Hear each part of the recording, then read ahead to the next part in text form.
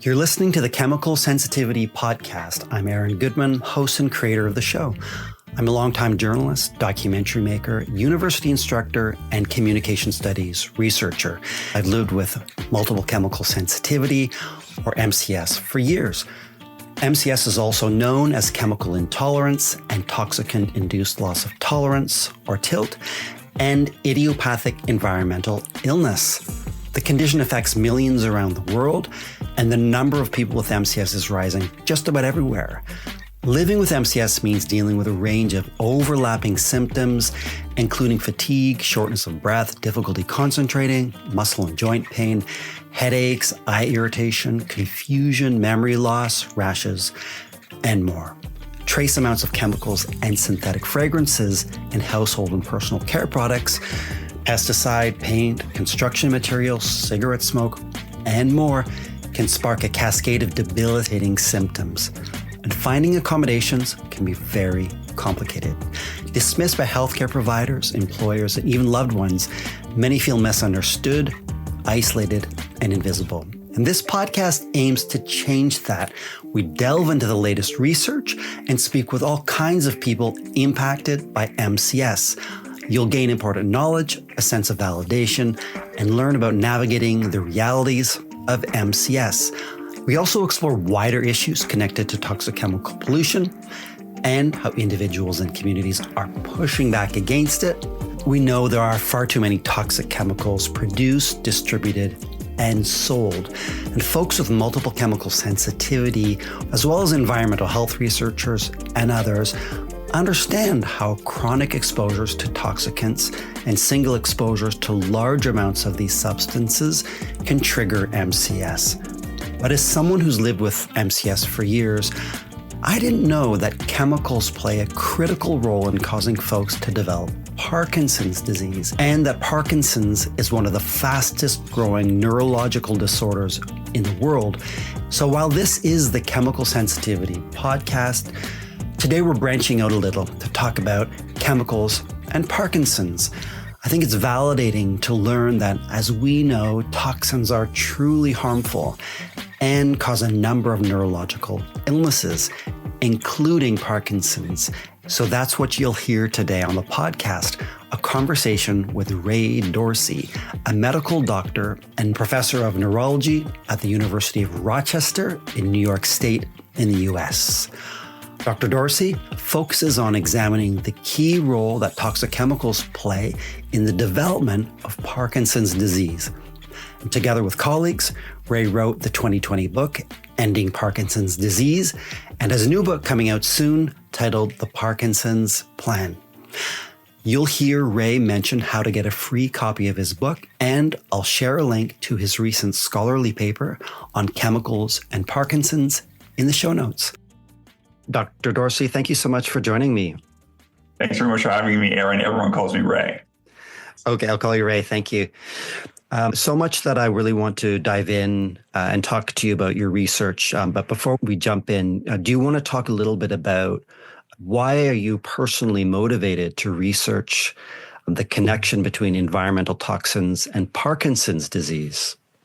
I'm an academic, and one of the gifts of academic is I get a sabbatical. And so about 6 or 7 years ago, I got a sabbatical, and I took the sabbatical to write about Parkinson's disease. And at that time, Parkinson's had been recently identified as the world's fastest growing brain disease. And I was interested in why. And one of my outstanding colleagues, Dr. Caroline Tanner, who's both a neurologist, Parkinson's specialist, and an epidemiologist at the University of California, San Francisco, I spent the sabbatical reading her papers over the last 40 years, and she's been quietly, diligently, persistently telling us that chemicals in our food, water, and air are likely the principal causes of Parkinson's disease. And so I read her work about pesticides. I knew a little bit about pesticides and the link to Parkinson's disease. Many pesticides are nerve toxins, so it's perhaps not terribly surprising. And then she introduced me to other chemicals, including a chemical called trichloroethylene. It's the same chemical that's at Camp Lejeune. It's caused cancer and likely Parkinson's disease there. Same chemical that's in Woburn, Massachusetts, that was depicted in the movie and the book A Civil Action. And as I've read about it, it's everywhere. It's estimated that 10 million Americans worked with it in the 1970s. It's estimated that 1 in 12 workers in the United Kingdom have worked with trichloroethylene. It's been used to do everything from degrease metal to dry clean clothes to decaffeinate coffee.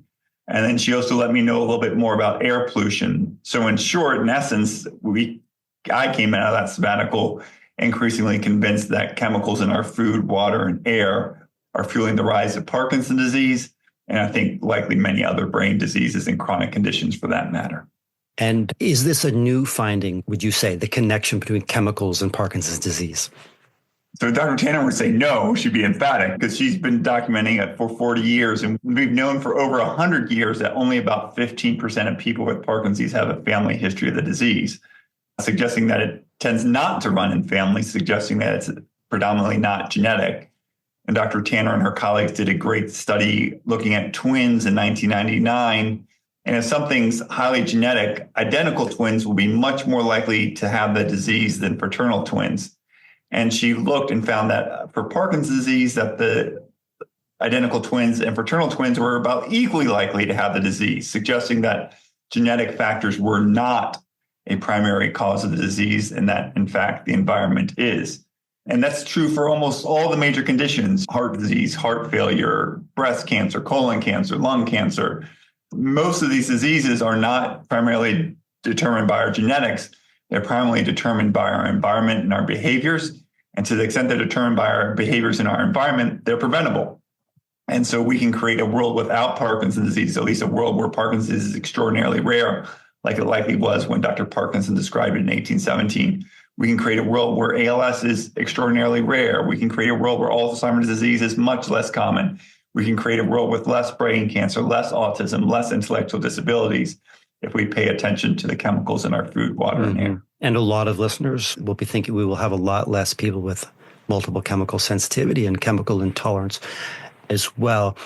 And in your research, I wonder if you've come across any pushback or skeptics who say, and I think I came across this in your book, where people say, no, the real problem isn't chemicals, it's that we can diagnose better. What have you encountered in terms of skepticism? A lot. Thomas Kuhn was a physicist, and he was a little bit interested in why did the Earth-centric model of the universe, that everything revolved around the Earth, why did that hold on for so long when it was increasingly clear that planets moved around the sun, not around the Earth? And he said that scientists get stuck in paradigms, and those paradigms are defined by the tools that they have and by the thinking that's around them. And I think in medicine today, we live in a genetics paradigm.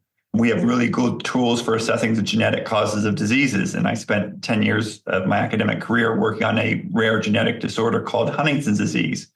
And that disease is essentially purely genetic. If you carry the genetic mutation, you will, if you live long enough, develop the disease. If you don't carry the genetic mutation, you will never develop the disease. But in general, genetic causes are common for rare diseases or are rare causes of common diseases. But common causes of common diseases, all the big diseases, Alzheimer's, dementia, autism, intellectual disabilities, congestive heart failure, these can't, almost by definition, can't be due to genetic causes because they would have been screened out over time. And so these diseases largely have their roots in the environment. Most of my colleagues are looking for the genetic causes of Parkinson's disease. And in fact, if you look at the literature, there are 6 times as many papers on the genetic causes of Parkinson's disease than on the environmental ones, even though we've known from Dr. Tanner's twin study, and even though we've known for 100 years that the vast majority of people with Parkinson's disease do not have a family history of the disease. These are like failures of science. These are failures, I think, of funders. I think they're failures of people like me in terms of not identifying what are the root causes of these diseases. And once you identify the root cause of the disease, you can prevent it, and then you can treat it far more effectively than you can when you don't. Has the chemical industry, if it exists as a monolith, have they had something to say about your research? There was a great journalist, Carrie Gillum, who writes for The Guardian and The New Lead, I believe, is her publication. And she published a paper for The Guardian, which is a British investigative newspaper, 2 or 3 years ago, in which she reviewed documents, legal documents from the company that manufactures a pesticide. That company was being sued by farmers who developed Parkinson's disease. And she, in part of her research, uncovered that The chemical company knew, according to her research, about the link between pesticide and Parkinson's disease dating back to the 1960s, that they had exposed mice, rabbits, and rats to their weed killer called paraquat, and they developed features of Parkinson's disease, including unsteady gait. And they did this in the 1960s, a full generation before academic researchers were able to reach of smoking, until the Surgeon General in 1962 concluded that smoking causes lung cancer. We've seen reports in the Wall Street Journal highlighting how social media companies knew about the toxic effects of their product, but have concealed them from the public. We've seen this in the lead paint industry. Companies used to promote lead paint as healthy and clean, even had a young boy as the poster child for their advertisements, according to a great book called Deceit and Denial, trying to give people the false impression that their products were safe. And we know that lead leads to intellectual disabilities, it leads to lower IQs, and lead levels today, because we got rid of lead in paint, lead in gasoline, lead levels today are 95% lower than when we were children. So we're all smarter because we got rid of lead in paint and gasoline. I think we'd all be smarter and healthier if we got rid of a lot of pesticides, dry cleaning chemicals, and air pollution in our environment.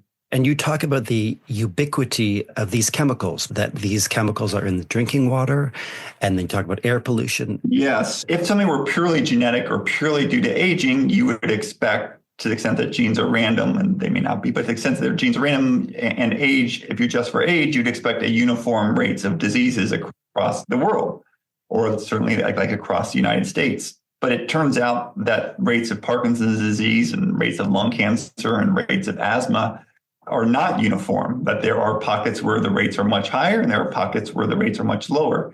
Research done by Dr. Allison Willis, a Parkinson's specialist and epidemiologist at the University of Pennsylvania, came out with a map of new cases of Parkinson's disease, showing that some areas of the country twice as likely to develop Parkinson's as others.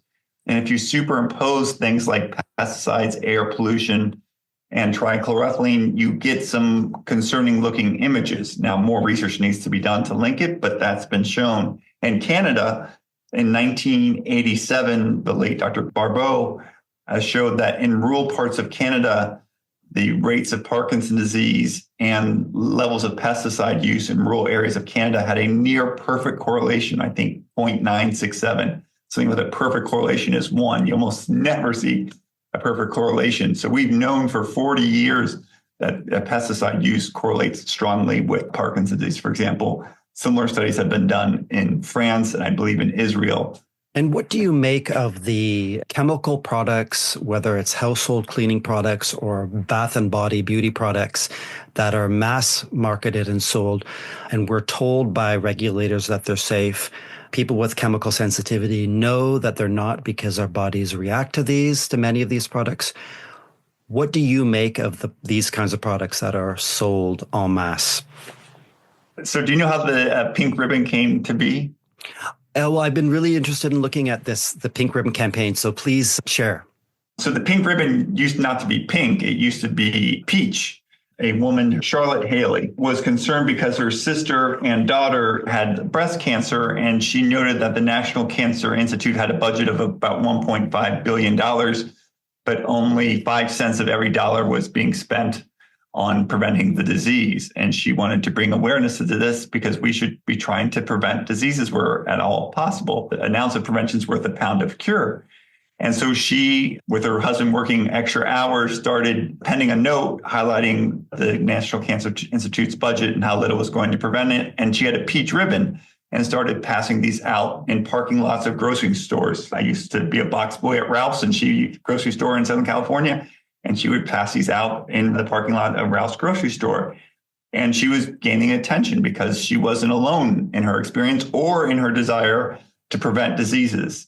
Then a cosmetics company approached her about rolling out her peach ribbon to others. And she said, no, I don't want anyone making money off the disease of my sister and my daughter. I've seen this already. The cosmetic company, had consulted their attorney and said, we can't use the peach ribbon, but if we change it to pink, we can adopt it ourselves. And as you've indicated, and I'm not an expert in this at all, certain cosmetics are associated with endocrine disrupting compounds and have their own problems. So what started out as a campaign by a woman with nothing but the purest of intentions to try to prevent people from suffering the consequences that her sister and daughter had suffered, and to prevent diseases, soon became a product of commercial companies, including companies that make compounds that are associated with their own toxicity. And that's what we have today. Yeah, and we have a system that is broken, and underregulation is a huge problem. And how is it that we've come to this place where most of us don't know that the products we buy on the shelves are harmful? I think there are a couple of reasons. So first, I got to give a call out to Samantha King, who wrote this great book called Pink Ribbons, Inc. There's also a documentary, if you don't like to read as much as I do, there's a great documentary called Pink Ribbons. So why don't we know this? I think there are two reasons. I think there are some structural reasons, and then I think there are possibly some intentional reasons. On the structural front, we have to look at what funds biomedical research. So the United States funds more biomedical research than any other country in the world. And 60% of biomedical research funding in the United States comes from pharmaceutical, biotechnology, and medical device companies. And they are trying to treat the disease. And we need better treatments for all these conditions. We do. But these companies generally benefit from more people having the disease. So the more people have breast cancer, the more that they get prescribed treatments, the more mammograms are done. There are financial incentives to utilize their adoption. Second is, I think we have great tools to assess genetic risk, but we have really poor tools to assess environmental risk, or we haven't applied those tools. So I mentioned we start measuring lead in children's blood, and that led us to really realize what are the harmful effects of lead. And we do interventions. We get rid of lead in paint and lead in gasoline, and lo and behold, lead levels go down, and we can see dramatic improvements in reductions in lead toxicity. I also think that prevention treatments or cures are highly visible. People who come up with new treatments, they win Nobel Prizes. People who prevent diseases are invisible. So you and I might be alive today because Ralph Nader got seatbelts into cars. You and I might be alive today because Candace Lightner said we shouldn't drink and drive. You and I may be alive today and not have HIV because Larry Kramer and his fellow activists said silence equals death and changed the course of HIV and made HIV both a preventable and treatable disease. And oh, by the way, declining in its incidence. So I think those are all some of the structural reasons why we have it.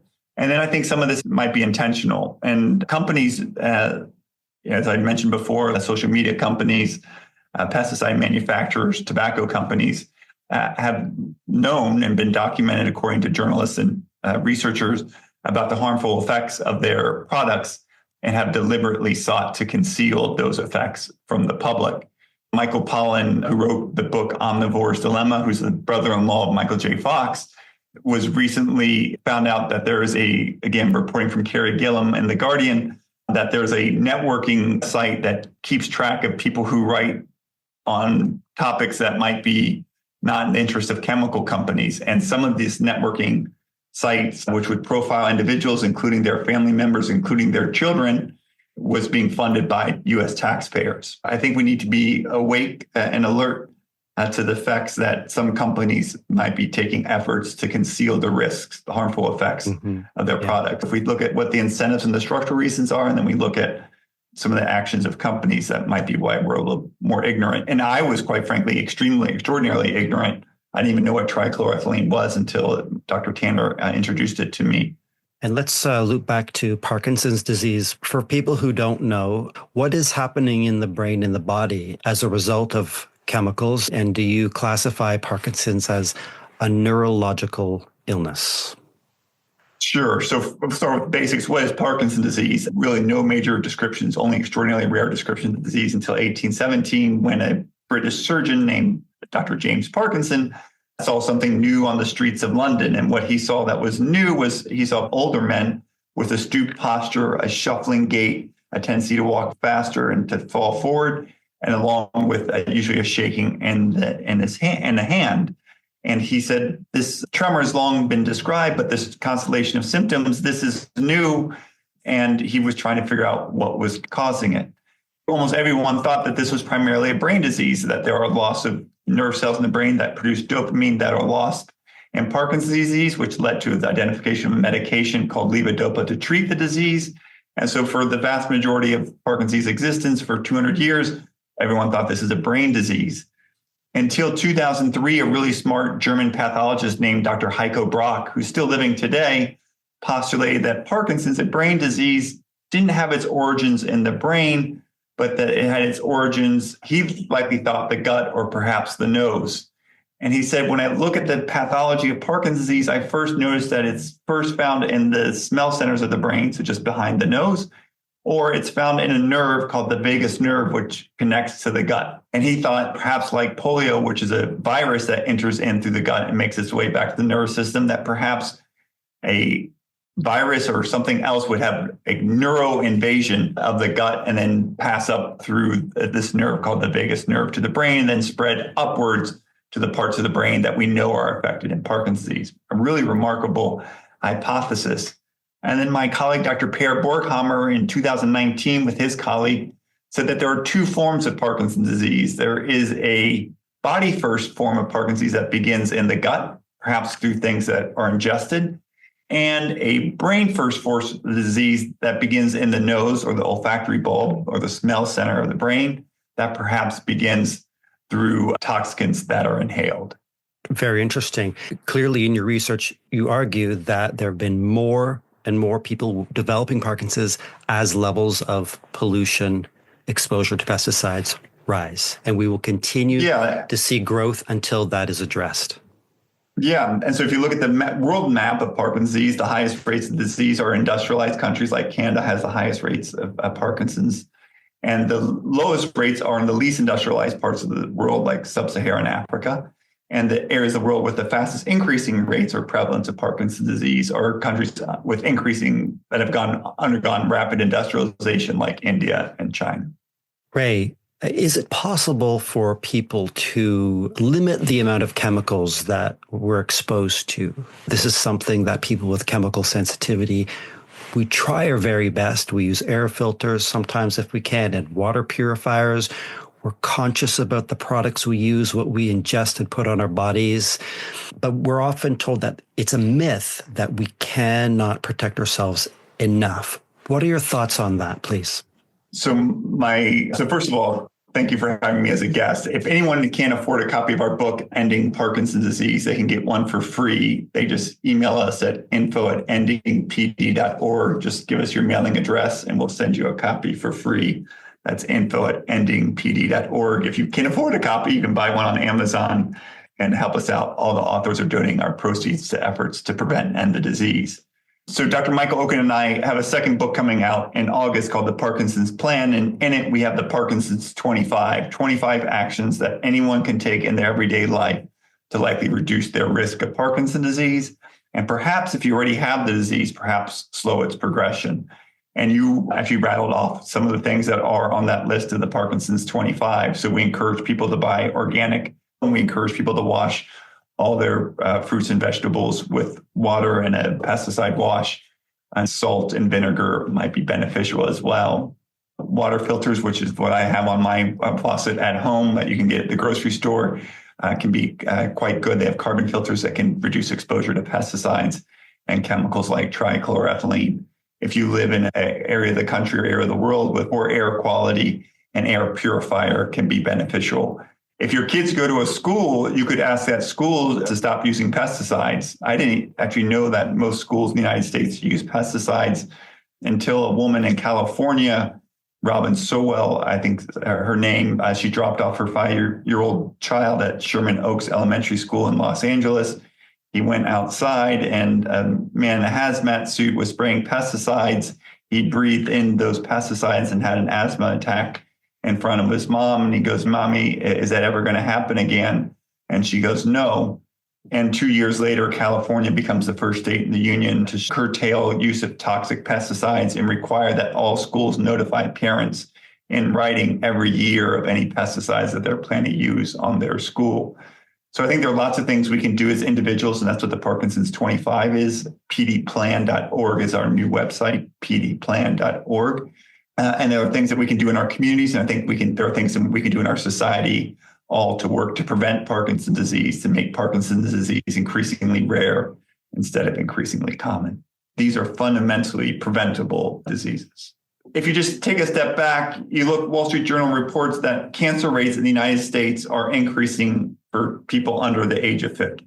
This increase is occurring. It begs the question, why? Aging doesn't appear to be the explanation. They're all under 50. Genetics doesn't appear to be the thing, because this is happening in a relatively short period of time. Diagnosis doesn't appear to be the issue, because we don't do most screening for cancers until people are 50. And this rise in cancer rates is happening at exactly the same time that smoking rates in the United States have plummeted, which we know causes cancer. So we're having increasing rates of cancer in the United States at exactly the same time that smoking, the probably number one cause of cancer in the 1970s, 80s, and 90s, is decreasing.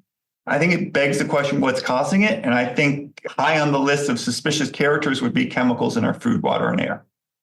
Very disturbing. Is there any hope that there will be more stringent chemical regulation going forward, and that we will be exposed to less and less harmful toxicants? It only happened if people like you and your listeners make it happen. We've seen this before. We did it with lead. We succeeded. We did it with seatbelts. We succeeded. We did it with CFCs in the ozone layer and succeeded. We did it with acid rain and scrubbed out air pollution. We did it with traffic in Los Angeles and air pollution in Los Angeles and succeeded. We have succeeded. We've done it with HIV and succeeded. We can do this. We just need to make our voices heard. Susan Sontag, a late writer from New York City, to this wonderful line. She said, we need to be serious, we need to be passionate, and we need to wake up. And I think if we're serious, I think if we're passionate, and if we wake up, we can all live longer, healthier lives with much less Parkinson's disease, much less Alzheimer's disease, much less ALS, much less autism, much less brain cancer, much less breast cancer, and much less intellectual disabilities. Why do you think it is that physicians aren't learning about the connection between environmental toxins and disease? I just think we're taught with an entirely different orientation. We're taught that most diseases are due to aging and genetics and perhaps behavior, and not taught that our environment is a principal determinant of our health. And if we change that paradigm, listen, I was ignorant too. I didn't even know about trichloroethylene, which I think might be the most important cause of Parkinson's disease. Here I am, a Parkinson's specialist with all these great credentials and all these publications, and I was ignorant. And I think if we wake up, if we're passionate, we can create a world where these chemicals aren't influencing them. And I think for people like me, neurologists, I can't think of a better gift that I can contribute to the future than a world where the diseases that I'm responsible for caring for, like Parkinson's disease, are increasingly less common, not just for the people listening, but for all people and for all generations and for all time. We benefit from a world freer of many infectious diseases, polio, smallpox, and the like. These are gifts we've received from previous generations. It's time for us to wake up and to reciprocate and give future generations a world freer of these chemicals in our food, water, and air. You've been listening to the Chemical Sensitivity Podcast. I'm the host and podcast creator, Aaron Goodman. The Chemical Sensitivity Podcast is by and for the MCS community. The podcast is supported by the Marilyn Brockman Hoffman Foundation and listeners like you. If you wish to support the podcast, please visit chemicalsensitivitypodcast.org. Your support will help us continue making the podcast available and creating greater awareness about MCS. To learn more about the Chemical Sensitivity Podcast, follow the podcast on YouTube, Facebook, Instagram, X, Blue Sky, and TikTok. And as always, you can reach me at Aaron@Chemical Sensitivity Podcast. Thank you for listening. The Chemical Sensitivity Podcast and its associated website are the work of Aaron Goodman and made possible with funds from the Marilyn Brockman Hoffman Foundation, supporting efforts to educate and inform physicians, scientists, and the public about multiple chemical sensitivity. The content, opinions, findings, statements, and recommendations expressed in this Chemical Sensitivity Podcast and associated website do not necessarily reflect the views and opinions of its sponsors.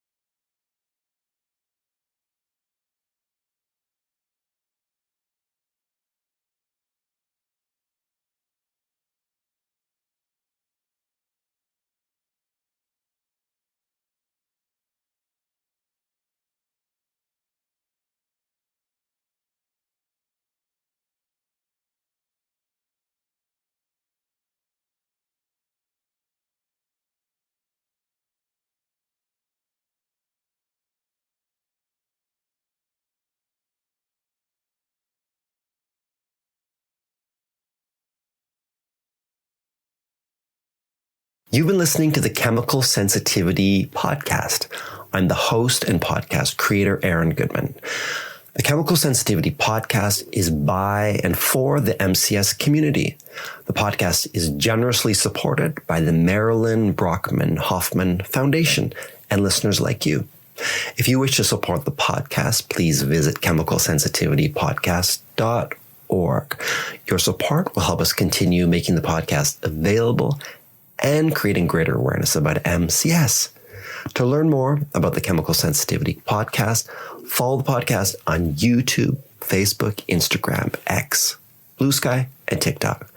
And please feel free to share your experiences about diagnosis or the challenges of getting a diagnosis with us on social media. And as always, you can reach me at aaron@chemicalsensitivitypodcast.org. Thanks for listening. The Chemical Sensitivity Podcast and its associated website are the work of Aaron Goodman, made possible with funds from the Marilyn Brockman Hoffman Foundation, supporting efforts to educate and inform physicians, scientists, and the public about multiple chemical sensitivity. The content, opinions, findings, statements, and recommendations expressed in this Chemical Sensitivity Podcast and associated website do not necessarily reflect the views and opinions of its sponsors.